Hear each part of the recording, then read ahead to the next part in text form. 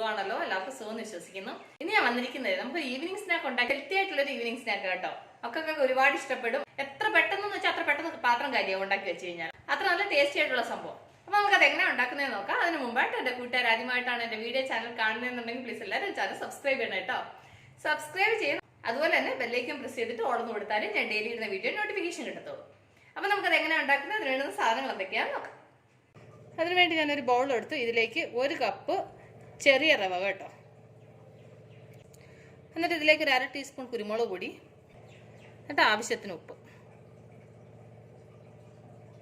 ആദ്യം ഇത് കൈ കൊണ്ട് ആദ്യം ഒന്ന് മിക്സ് ചെയ്യുക. എന്നിട്ട് ഇതിലേക്ക് ഒരു 2 ടേബിൾ സ്പൂണോളം തൈര് ഒഴിക്കുക.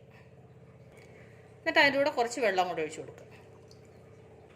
ഇനി ഇത് നന്നായിട്ട് മിക്സ് ചെയ്തിട്ട് ഒരു ചപ്പാത്തി മാവിൻ്റെ പരുവത്തിൽ കുഴച്ചെടുക്കണം. ചപ്പാത്തി മാവിൻ്റെ പരുവത്തിൽ അതിനെക്കാട്ട് ഇച്ചിരി ലൂസായിട്ട് കുഴക്കണം കേട്ടോ. ഇച്ചിരി കട്ടിയാവുന്നുണ്ടെന്നുണ്ടെങ്കിൽ ഇച്ചിരി വെള്ളം ചേർത്ത് കൊടുത്താൽ മതി. ഇതിപ്പോൾ ഇച്ചിരി കട്ടിയായിട്ടിട്ട് ഇച്ചിരി വെള്ളം ചേർത്തിട്ട് നമുക്ക് മാവ് കുഴച്ചെടുക്കാം. കണ്ടില്ല, അപ്പോൾ അത് നന്നായിട്ട് കുഴച്ചെടുത്തു. ഈ ഒരു പരുവത്തിൽ വേണം കുഴക്കാൻ കേട്ടോ. ഇനി ഒരു 10 മിനിറ്റ് ഇത് വിടിരിക്കട്ടെ. അത് കഴിഞ്ഞ് പാൻ അടപ്പ് വെച്ച് അതിലേക്ക് ഒരു 2 ടീസ്പൂൺ എണ്ണ ഒഴിച്ചു കൊടുക്കാം.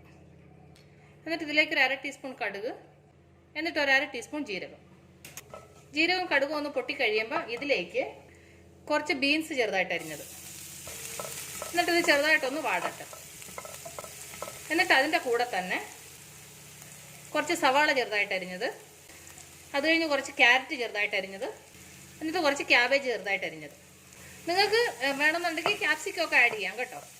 ഇത് ചെറുതായിട്ടൊന്ന് വാടണം. ഒരുപാടൊക്കെ ഫ്രൈ ആവേണ്ട ആവശ്യമൊന്നുമില്ല, ജസ്റ്റ് ചെറുതായിട്ടൊന്ന് വാടിയാൽ മതി. എന്നിട്ട് ഇതിലേക്ക് ആവശ്യത്തിന് ഉപ്പ് കൂടെ ചേർത്ത് കൊടുക്കും.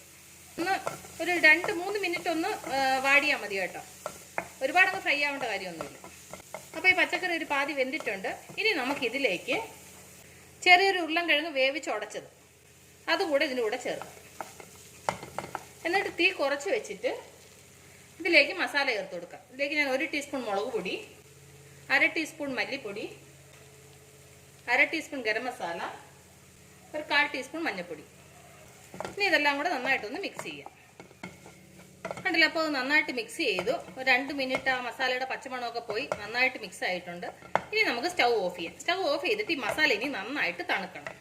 അത് കഴിഞ്ഞ് നമ്മൾ ഈ മാവ് കുഴച്ച് വെച്ചിട്ട് ഒരു 10 മിനിറ്റ് കഴിഞ്ഞു.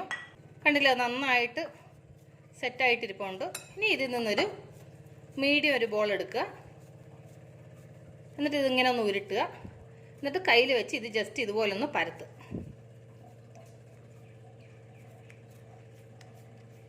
ഇതിങ്ങനെ പരത്തിയതിന് ശേഷം നമ്മൾ എന്നിട്ട് റെഡി ചെയ്ത മസാല ഉണ്ടല്ലോ, അത് ഇതിൻ്റെ സെൻറ്ററിലേക്ക് വെക്കുക. എന്നിട്ടിത് ക്ലോസ് ചെയ്യണം. നിങ്ങൾക്ക് വേണമെന്നുണ്ടെങ്കിൽ നിങ്ങൾ കയ്യിൽ കുറച്ചൊന്ന് എണ്ണ തടവിക്കണം കേട്ടോ, കാരണം വെച്ചാൽ കയ്യിൽ ഒട്ടുന്നുണ്ട്. അപ്പോൾ ഇത് ഓപ്പണൊന്നും ഉണ്ടാകാൻ പാടില്ല. അതുപോലെ നന്നായിട്ട് ക്ലോസ് ചെയ്യണം.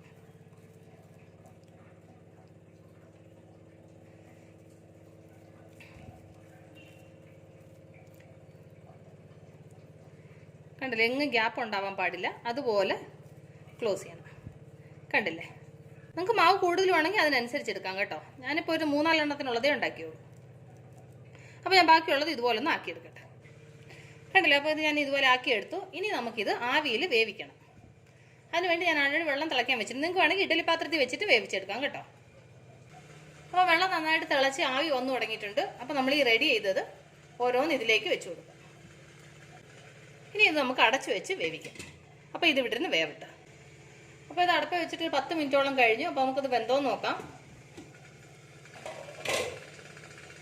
കണ്ടില്ല, അത് നന്നായിട്ട് വെന്തിട്ടുണ്ട്. ഇനി നമുക്ക് സ്റ്റൗ ഓഫ് ചെയ്യാം. ഇനി ഇതൊന്ന് തണുക്കട്ടെ. കണ്ടില്ല, അപ്പോൾ അത് ഞാൻ വേറെ പാത്രത്തിലോട്ട് മാറ്റി. അപ്പോൾ അത് നന്നായിട്ട് തണുത്തിട്ടുണ്ട്. ഇനി ഇത് ഇവിടെ ഇരിക്കട്ടെ. അത് കഴിഞ്ഞ് പാൻ അടപ്പ് വെച്ച് ഇതിലേക്ക് നമുക്ക് 1 ടീസ്പൂൺ എണ്ണ ഒഴിച്ചു കൊടുക്കാം. എന്നിട്ട് ഇതിലേക്ക് ഒരു 1/2 ടീസ്പൂൺ കടുക്, എന്നിട്ട് അതിൻ്റെ കൂടെ ഒരു 1/2 ടീസ്പൂൺ ജീരകം. ഈ കടുകും ജീരകവും ഒന്ന് പൊട്ടട്ടെ. അപ്പോൾ കടുകും ജീരകം നന്നായിട്ട് പൊട്ടിയിട്ടുണ്ട്. ഇതിലേക്ക് നമ്മൾ എന്നിട്ട് റെഡി ചെയ്ത് വെച്ചതുണ്ടല്ലോ, അത് ഇതിലേക്ക് ഇട്ട് കൊടുക്കും. എന്നിട്ട് അതിൻ്റെ കൂടെ കുറച്ച് മല്ലിയില, അതിൻ്റെ കൂടെ ഒരു 2 ടീസ്പൂണോളം തേങ്ങ തിരികിയത്. എന്നിട്ട് ഇത് ഇത്രയും കൂടെ ഒന്ന് മിക്സ് ചെയ്യണം. 1 മിനിറ്റ് ഒന്ന് മിക്സ് ചെയ്താൽ മതി കേട്ടോ. ഇതെല്ലാം ഒന്നും എന്താ പറയുന്നത്, ഇതിനകത്തൊന്നും മസാല പിടിക്കണം, അത്രയാണ്. കണ്ടില്ലേ, അപ്പോൾ നന്നായിട്ട് മസാല എല്ലാം മിക്സായി. ഇനി നമുക്ക് സ്റ്റൗ ഓഫ് ചെയ്യാം. അപ്പം കണ്ടില്ലേ എത്ര ഈസി ആയിട്ട് സിമ്പിളായിട്ട് ഒരു ഈവനിങ് സ്നാക്ക് നമ്മൾ ഉണ്ടാക്കിയെന്ന് കണ്ടില്ലേ. കുഞ്ഞുങ്ങൾക്ക് ഭയങ്കരമായിട്ട് ഇഷ്ടപ്പെടും, കാരണം നല്ല ഹെൽത്തി ആയിട്ടുള്ള സംഭവമാണ്. അപ്പം എൻ്റെ കൂട്ടുകാർക്ക് ഞാൻ നിങ്ങളുമായിട്ട് ഷെയർ ചെയ്ത ഈ റെസിപ്പി നിങ്ങൾക്ക് എല്ലാവർക്കും ഇഷ്ടപ്പെട്ടു കാണുമെന്ന് വിശ്വസിക്കുന്നു. നിങ്ങളെല്ലാവരും ട്രൈ ചെയ്യണം കേട്ടോ. നിങ്ങളെല്ലാവരും ട്രൈ ചെയ്യണം. ട്രൈ ചെയ്ത് നിങ്ങൾക്ക് ഇഷ്ടപ്പെട്ടാൽ നിങ്ങളുടെ ഫ്രണ്ട്സിന് ഷെയർ ചെയ്യുക, ലൈക്ക് ചെയ്യുക, വാല്യുബിൾ കമൻറ്റ്സ് ഇടുക. അപ്പം നാളെ നമ്മൾ രുചികരമായ പുതിയ വീഡിയോയും പുതിയ റെസിപ്പിയുമായിട്ട് നാളെ നമ്മൾ വീണ്ടും കാണും വരെ ബൈ.